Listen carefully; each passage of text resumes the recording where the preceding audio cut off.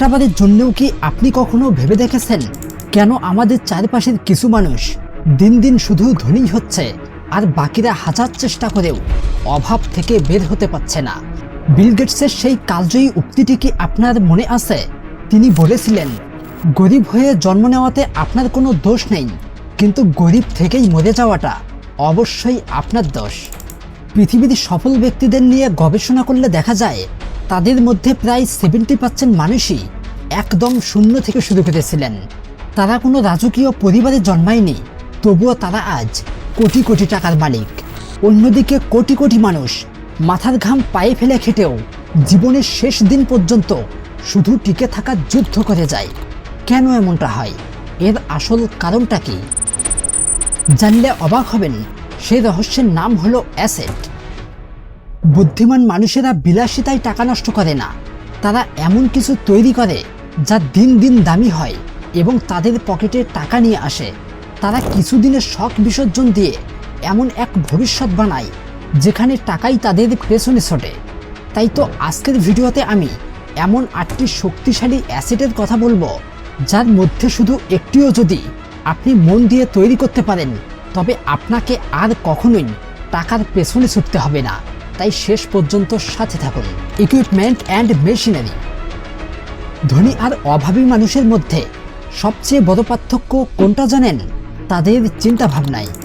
একই সুযোগ পেয়েও একজন সেটাকে সম্পদে বদলায়, অন্যজন সেটাকে বোঝা বানিয়ে ফেলে। একটা ছোট্ট উদাহরণ দিই। ধরেন দুই বন্ধু আকাশ আর সাজিদ, দুজনকেই উপহার হিসেবে একটি করে দামি গাড়ি দেওয়া হলো। আকাশ গাড়িটি পেয়ে খুব খুশি হলো।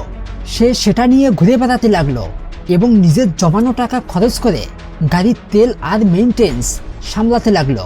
এখানে কিন্তু গাড়িটি আকাশের জন্য একটা বোঝা হয়ে দাঁড়ালো। কিন্তু সাজিদ কি করলো? সে গাড়িটি ফেলে না রেখে সেটাকে ব্যবসায়িক কাজে লাগালো। সে একজন চালক নিয়োগ দিয়ে সেটা ভাড়ায় চালানো শুরু করলো।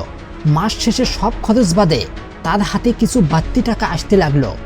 2 বছর পরে সেই জমানো টাকা দিয়ে সাজিদ আরও একটা গাড়ি কিনল। এভাবে 4 বছর পরে সাজিদের কাছে 5টি গাড়ি হয়ে গেল।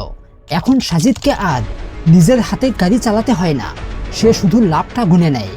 আপনার হাতে থাকা মোবাইল ফোন, কম্পিউটার কিংবা ছোট কোনো মেশিনকেও আপনি এভাবেই সম্পদ বানাতে পারেন, যা আপনাকে শুধু আনন্দ দেবে না, বরং আপনার ব্যাংক ব্যালেন্স বাড়াতেও সাহায্য করবে। আজকের দুনিয়ায় যত ধনী মানুষ দেখছেন তাদের প্রায় 90% ব্যবসায়ী। নিজের একটি ব্যবসা সেট আপ করা মানে হলো একটি অর্থ উপার্জনের যন্ত্র তৈরি করা। ব্যবসার সবচেয়ে বড় সুবিধা হলো এটি আপনার অনুপস্থিতিতেও চলতে পারে। আপনি যখন একটি সিস্টেম বা ম্যানেজমেন্ট টিম তৈরি করে ফেলবেন তখন আপনি ঘুমিয়ে থাকলেও আপনার অ্যাকাউন্টে টাকা জমা হতে থাকবে। তবে মনে রাখবেন, ব্যবসা শুরু করার মানেই হলো ঝুঁকি নেওয়া। তাই সব টাকা একবারে ঢেলে দেবেন না। আগে ছোট পরিসরে শুরু করুন, বাজার বুঝুন, মানুষের চাহিদা জানুন। যখন দেখবেন আপনার আইডিয়াটি কাজ করছে তখন বড় বিনিয়োগের কথা ভাবুন। সঠিক জ্ঞান নিয়ে শুরু করলে ব্যবসায়ী হবে আপনার জীবনের শ্রেষ্ঠ অ্যাসেট। টেকনোলজি। বর্তমানে পৃথিবীটা কিন্তু হাতের মুঠোয়। ফেসবুক, ইউটিউব কিংবা হোয়াটসঅ্যাপ, সবাই টেকনোলজি ইউজ করে বিশ্ব শাসন করছে। আপনি যদি কোডিং জানেন তাহলে একটি দরকারি মোবাইল অ্যাপস তৈরি করতে পারেন, অথবা এমন একটি ওয়েবসাইট বানাতে পারেন যেটা মানুষের কোনো না কোনো সমস্যার সমাধান করবে। যদি আপনি নিজে টেকনিক্যাল কাজগুলো নাও জানেন তবুও ফ্রিল্যান্সিং বা ডিজিটাল সার্ভিস দিয়ে আপনি আয় বাড়াতে পারেন। ইন্টারনেটের এই শক্তিকে কাজে লাগিয়ে আপনি ঘরে বসেই বিশ্বজুড়ে ক্লায়েন্ট পেতে পারেন। দেখেন ভাই, প্রযুক্তি হলো এমন এক সম্পদ যেটা আপনি একবার শিখলে সারাটা জীবন সেটার সুফল ভোগ করতে পারবেন। Intellectual property. আপনার কি কোনো বিশেষ প্রতিভা আছে? আপনি কি ভালো গান গাইতে পারেন, সুন্দর গল্প লিখতে পারেন? আপনি যে বিষয়ে বিশেষজ্ঞ, আপনার এই মেধাকে কাজে লাগিয়ে আপনার ইন্টেলেকচুয়াল প্রপার্টি তৈরি করতে পারেন। ধরেন আপনি একটা বই লিখলেন, বইটি যতবার বিক্রি হবে আপনি ততবারই লাভ্যাংশ পাবেন। আপনি একবার কষ্ট করে বইটি লিখেছেন, কিন্তু এটি আপনাকে আজীবন আয় করে দেবে। অনলাইনে আপনার সৃজনশীল কাজগুলো পাবলিশ করুন।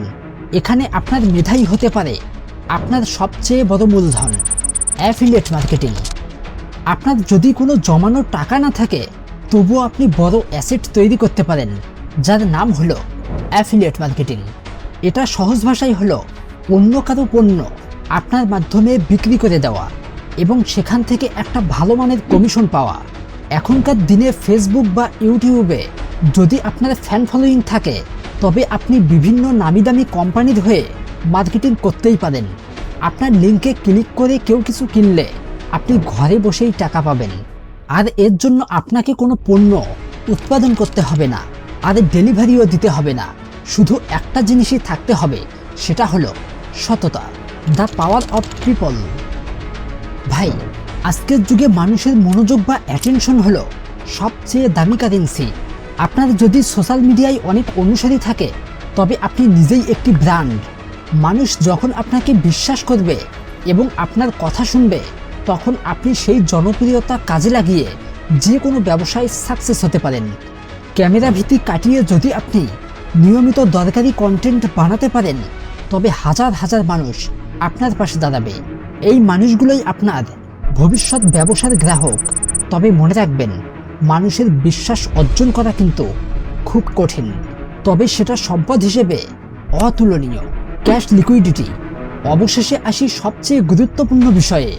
আপনি হয়তো ভাবছেন টাকা আবার অ্যাসেট হয় কিভাবে। দেখেন ভাই, সুযোগ সব সময় আপনার দরজায় কড়া নাড়বে না। কখনো কখনো এমন হয় যে দামি জমি খুব কম দামে পাওয়া যাচ্ছে, অথবা শেয়ার মার্কেটে কোনো ভালো স্টকের দাম কমে গেছে।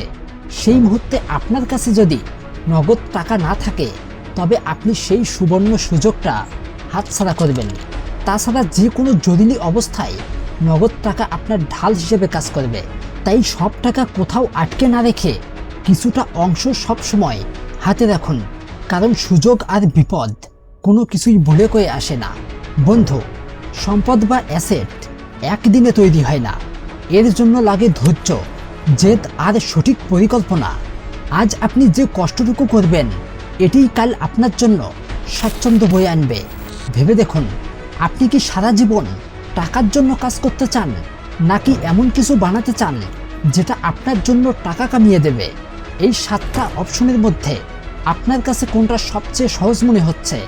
অবশ্যই কমেন্টে জানান। আর জানেন তো, ছোট ছোট পদক্ষেপই একদিন বড় গন্তব্যে নিয়ে যায়। ভিডিওটা ভালো লাগলে শেয়ার করুন এবং সাবস্ক্রাইব করে সঙ্গে থাকুন মোটিভেশন অফ ঢাকার। ধন্যবাদ।